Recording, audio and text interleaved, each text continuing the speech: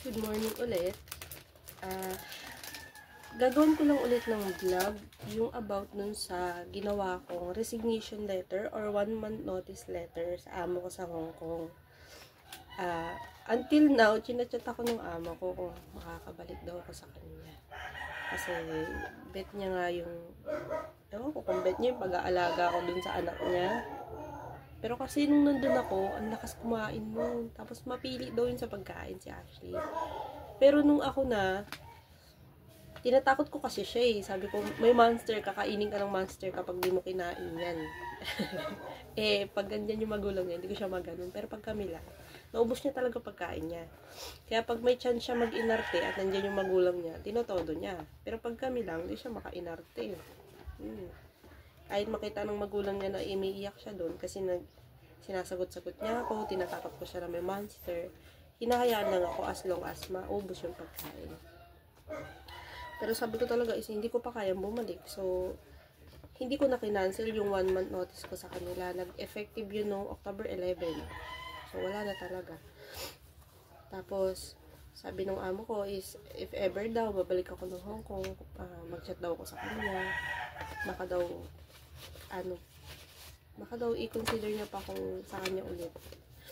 Pero mukhang malabo naman ako this few months up until next year kasi alam nyo na, madaming ganap dito sa Pilipinas. Tsaka focus muna ako sa sarili ko, sa pagpapagaling ko, sa anak ko.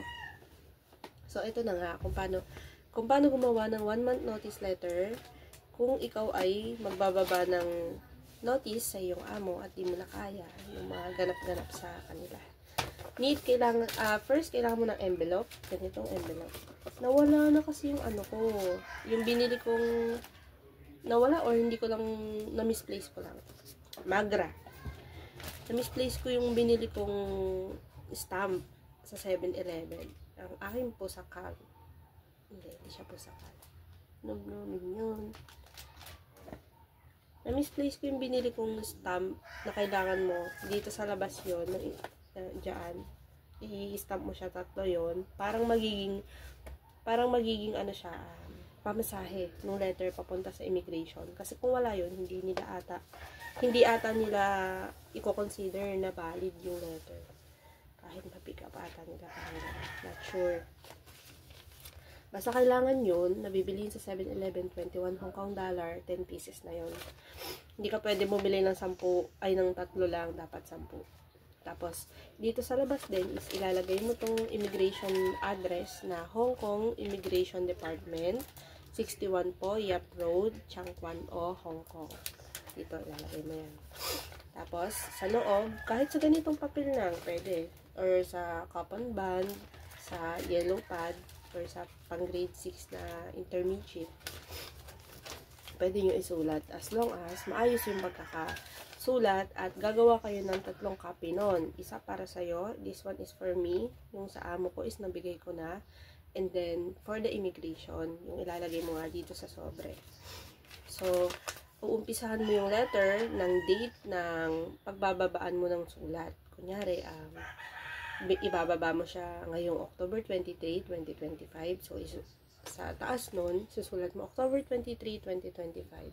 Tapos yung address ulit ng immigration. Hong Kong Immigration Department, 61 Poyap Street, Poyap Road, Chang Kwan O, Hong Kong. Tapos marami pang ibang pwedeng i-destination ang letter mo. Pero ito kasi yung sa akin at malapit sa akin.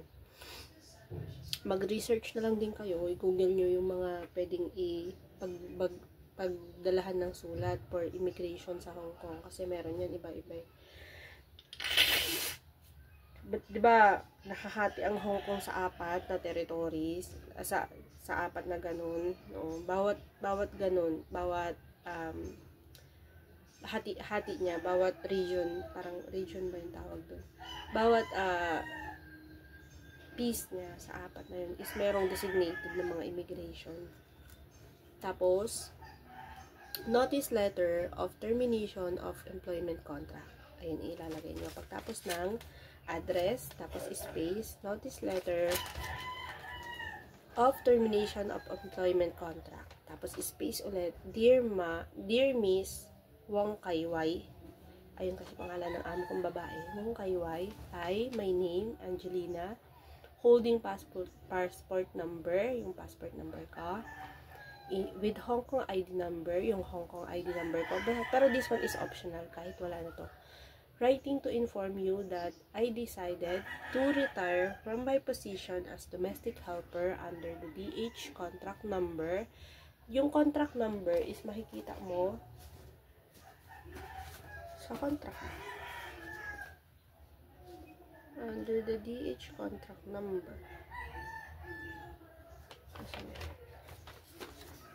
Diba meron tayong ganito? Dito mo po yun makikita. Or dun sa blue.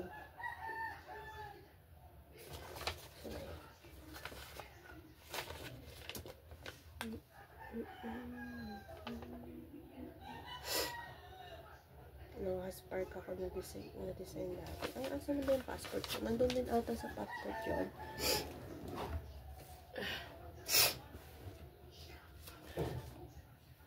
Ito pala, sa passport pala. Ayan. Diba meron silang dinidikit na ganito? Diyan yung makikita. Oh, basahin natin ulit to retire from my position as domestic helper under the DH contract number. Ang sa akin is Q, nagsisimula sa Q, chererereret. Number, ayan. DH contract number. By giving you 1 month notice, ang napili ko kasing pag-terminate sa sarili ko at sa kontrata namin is 1 month notice. Hindi ko kaya magbayad At saka hindi, pag on the spot, babayaran ko yung 1 month ko sa kanila is hindi ko kaya. So, sabi ko 1 month notice na lang ako. So, magtatrabaho pa ako noon ng 1 month sa kanila. Tapos, kung binaba ko siya ng October 23, 2025, by November 23, 2025 is need ko nang bumaba kahit wala silang consent. Basta ito nahulog sa immigration.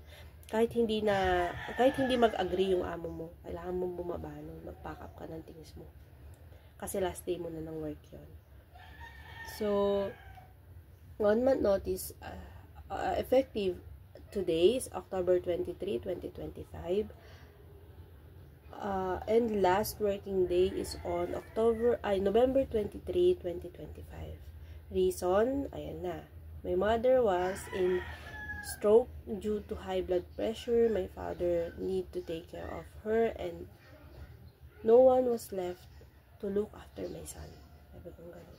Respectfully yours, tapos name ko, and then signature ko sa taas ng name. Sabi ko, nakalagay sa baba ng pangalan ko is employee. Sa dapat naman nun is acknowledged by Wong Kaiwai. Sa baba nun is dapat magsasign siya. Tapos nakalagay employer signature. Pero hindi siya nag-sign. Which is okay lang naman. Kapag binigay mo sa kanya, kapag binigay mo sa amo mo yung letter na 1 month notice mo, or kung on the spot yan, kahit di siya mag-sign, basta meron nun yung immigration, may copy na nun yung immigration, wala na silang magagawa dun. Kahit punitin niya yun sa harap mo. Better, ganito rin ang gawin nyo. Picturean nyo yung letter at ibigay mo sa kanya at ipasa mo rin sa WhatsApp niya. Kung mapunit niya man yun at sabihin niya, hindi, if ever mangyari, balik ta rin kanya, hindi ako in-inform niyang helper na yan. Dapat bayaran niya ako, ganyan. Hindi ko alam na may 1 month notice siya. Pag bababa ka na, pwede niya kasing gawin yun.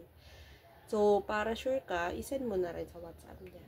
O kaya sa WhatsApp ng kaibigan niya kung makakuha ka. Ganun. O kaya ng kapatid niya. Para inform sila na hindi lang siya. O kaya asawa niya. Kung di ka tiwala, kung tingin mo na, ay, baka balik na rin ako neto kapag need ko nang pumunga. Pero be prepared. Kapag nag 1 month notice ka, handa mo sarili mo. Anything could happen. Pwede kang pag-initan, pwedeng lalo silang mas maging madamot sa'yo. Pwede ka nilang i-frame up sa mga bagay-bagay. Kunyari, ilalagay yung mga things bags mo. So, be careful, ha. Kapag nagbaba ng 1 month notice, secure mo yung things mo. At saka, dapat maging prepared ka palagi na baka bigla kang pa-send. Kasi may mga amo na sobrang galit. Nag 1 month notice ka, pero pag bigay ng letter, i-on the spot ka nila. I-terminate ka nila on the spot. Para, pwedeng maging grabe yung feedback nun sa immigration feedback sa'yo. Kung nagbabala ka rin bumalik pa ng Hong Kong, pero ayun nga, mati-terminate ka, mahirapan ka daw kumuha ng bagong employer, lalo kung nakalagay sa'yo is terminate. Pero kung terminate with good reason, o kaya kung good reason din yung pag-terminate mo ng contract, syempre, kukonsider din yun ng agency na ma-applyan mo kung babalik ka pa doon. So, ayun lang ang few tips. Ano pa ba? Dasal kayo palagi. Walang bayad yun, pero may sukli. Tapos, huwag kayong papadala sa emosyon. Ang pagdidesisyon ay dapat neutral ka sa lahat, at saka advance ka mag-isip. Kung bibitawan ko ba tong trabaho na to, meron akong uuwi ang maayos sa Pinas. Kung hindi ko na ba ito kakayanin, makakuha ba ako ng better na amo? Meron kasing mga iba na bago sila mag-resign, is naka-apply na sila sa another employer. So, bago nila bitawan yung amo nila, is meron na silang concrete na fallback. Diba? Meron na silang malilipatan. So, kayo, nasa inyo yan. Ang agency naman is nagkalat sa Hong Kong. Pag nandyan ka na, madali na lang din humanap ng mga agency na makakatulong sa'yo makabalik ulit. Ang mahirap lang is yung umalis sa amo mo, yung magandang record. Tapos, mahirap talaga yung trabaho sa Hong Kong. 16 hours. Tapos, yung mga bata, sobrang nati.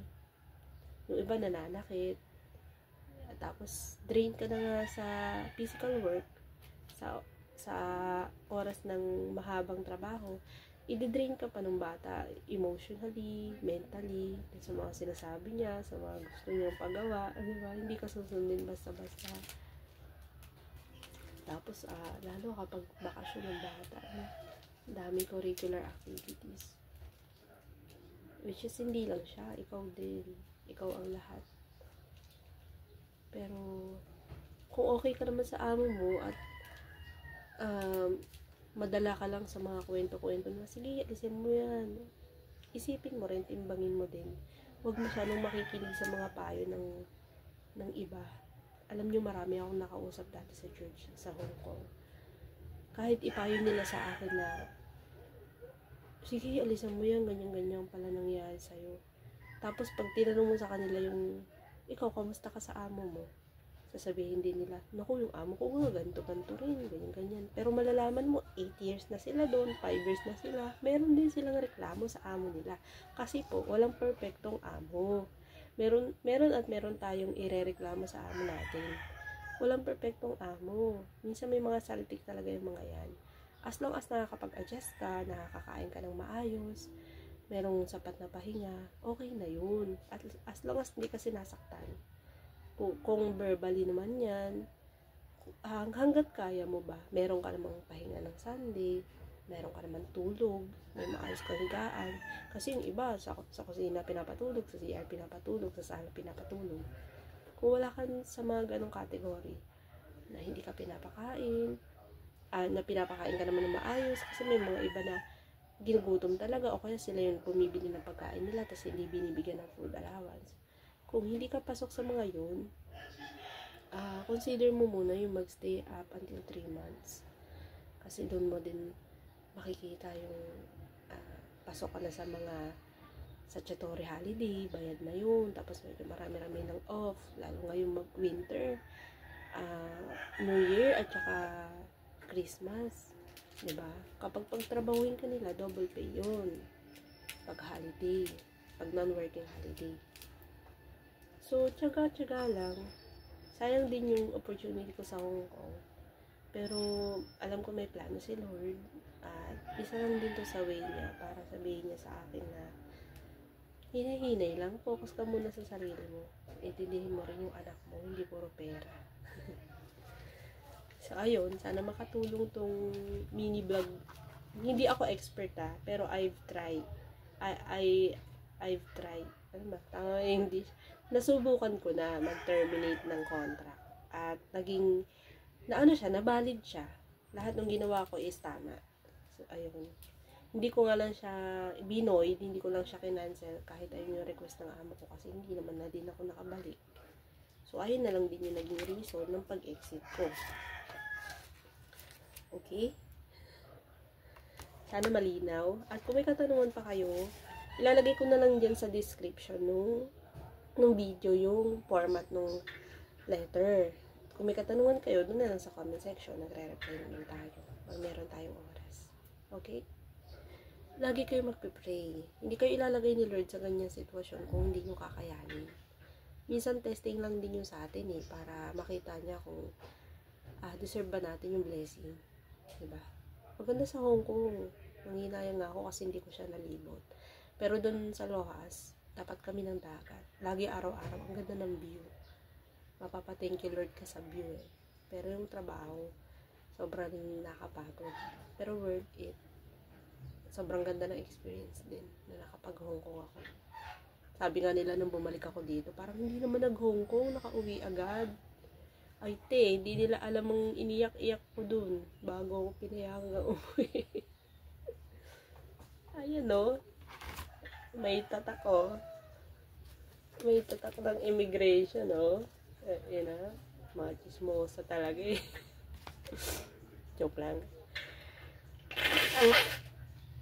Wala naman tayong dapat patunayan sa ibang tao alam naman natin kung anong pinagdaanan natin, kung saan tayo nakarating. Bahala na sila kung anong isipin nila. Basta ako, nakarating ako ng Hong Kong, nakarating ako ng Saudi, nakarating ako ng Abha, nakarating ako ng Riyadh, na-explore ko yun, at nakalakad ako sa Central sa Hong Kong, nakakain ako dun ng pudding. Which is hindi nila nagawa, puro rant lang, diba? Ngayon is back to zero tayo, pero kaya to. Restart lang. Refocus lang. So, ayun, sana makatulong. This envelope is okay, pero okay din yung mga envelope per letter talaga, yung mga puti, sobre, okay lang din yun. Mga maliliit na may design, okay lang din yun, as long as malagyan nyo ng stamp sa labas. Tsaka yung, kung saan siya ipapadala, importante yun ilagay nyo yung address ng immigration dito sa labas. Kasi, pag kinuha nagsusobre to doon sa green box, tapos wala nun, manghula siya kung saan niya ipadala to. Kung saan niya isi-send to, di ba? Dapat merong address, at saka merong pamasahe, yung 3 stamp. Okay? Tapos, ano pa ba? Yung mostly asked kasi, ano daw magandang reason? Kung malakas loob mo, sabihin mo lahat ng reason na totoong nangyari, diba? Kung sinasaktan ka, ginugutom ka, hindi mo kaya yung working hours, o kaya hindi mo na kaya mag-serve sa kanila kasi overwork, ganyan, walang pahinga. Pero kung may other option naman, pwede mo namang ilagay na family matter, family issue, na kailangan mo umuwi sa Pinas immediately, ganyan. Kung may nagkasakit, kung merong nategi, ganun. Nasa iyo na yan. Basta pag-isipan mo ng maraming beses. Kasi yung iba, nangangarap lang makapuntang Hong Kong, pero hindi nila matupad. Tapos ikaw nandyan ka na. Kaya galingan mo na. Tiisin mo na. Diba? Kaya yan. Kung hindi kaya, edi uwi. Ganun lang. Diba, Bing? Ang pusang ina. Ay, hindi pa siya ina. Hindi pa siya nagka-baby. Bite to. Kasi CR din to tumataik. Kaya nagalit sila. Kasi sa CR siya nagkakalat. Pero at least sa CR, diba? Hindi sa ibang lugar ng bahay. No, opo. Sige na. Enough na yung. Kung may tanong pa kayo huwag kayo mahihiyang magtanong. Hindi ako expert, pero handa ako mag-share ng mga alam ko. At saka mag-google kayo. Yung green box nga pala, kapag wala kayong alam na location sa facility, di ba?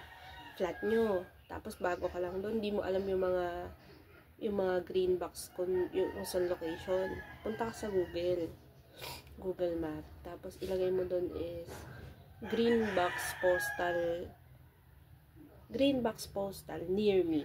Tapos i-search mo yun, i-map mo direction. Pinutin mo yung direction. Magbibigay yun ng guide sa'yo kung sasakay ka ba ng MRT, kung maglalakad ka lang ba para makapunta dun sa destination. Tapos meron yung mga way, kung gigilid ka, kung turn around ka, kung saan ka haharap para maglakad. Meron yun. Kasi trinay ko yan eh. Yun sa akin is 7 minutes away dun sa flat namin. Tapos dun siya banda sa park, meron dong green box sa Marini. Pero ang hinulugan ko is sa Changquan O Station. Meron din sa mga station. Minsan dala-dalawa yan sa labas ng station, mga station. Tapos, doon ako naghulog sa Changquan O Station nung naghatid ako sa alaga ko. Ano pa ba? Basta huwag niyong kalimutan yung date ha. Dapat exact yung date. Sa 3 letter, dapat 2025 yung year, kung ngayon nyo yung gagawin, or next year. Basta dapat exacto yung date. Dapat eksaktong 1 month. Kasi mamaya magkamali kayo. Mailagay nyo, halimbawa, October 23, 2025, up until, umpisa ng 1 month notice mo is October 23, 2025, up until November 23, 2026. O, 1 year ka mag 1 month notice, 1 month notice nga pangalan nun, hindi 1 year notice. Huwag kayong pamali-mali, double check nyo yan. Tapos, okay lang kahit hindi niya pirmahan yun. Basta ihulog niya sa immigration pag buo na yung loob niya. Hindi ko kayo ini-encourage, pero ayun yung tamang gawin. Kung meron kayo hindi pagkakaanuhan ng amo mo at madadala nyo pa sa usapan, kausapin nyo muna. Huwag ka muna magbaba ng notice. Kasi baka lalo kang pag-initan kapag biglain mo sila. Pero kung ginagarapan ka rin, do the right thing. Diba? Hindi para maraming amo mabuti, hindi para magtiis ka. At kung alam mo naman yung worth mo, diba? So, ayun, mag-pray ka palagi para may guidance ka sa mga decisions na gagawin mo. Okay? Yun lang, ang haba-haba na nito. Ang point lang dito is gumawa ng 1 month notice, ha? Marami lang tayong hanasya buhay. Pero sana makatulong sa inyo. Okay? Bye-bye!